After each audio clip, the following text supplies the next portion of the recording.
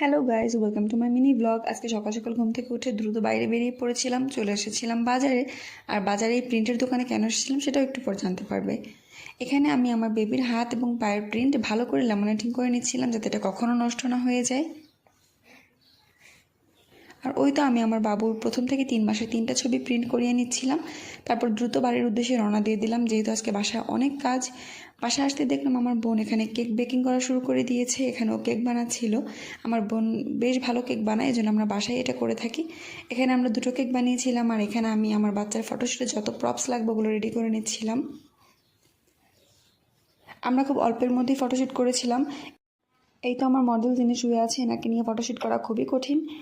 তারপরও কিছু ক্লিক করতে পেরেছি। এটা ছিল সেকেন্ড থিম, এবং সেকেন্ড থিমের ফলাফল ছিল এটা। আপনি আমার বাচ্চাটার জন্য অনেক অনেক দোয়া করবেন। আর এটা ছিল তৃতীয় থিম। যেন সে ভালো থাকে। আর আমার ভিডিও ভালো লাগলে অবশ্যই আমার চ্যানেলটাকে সাবস্ক্রাইব করবেন।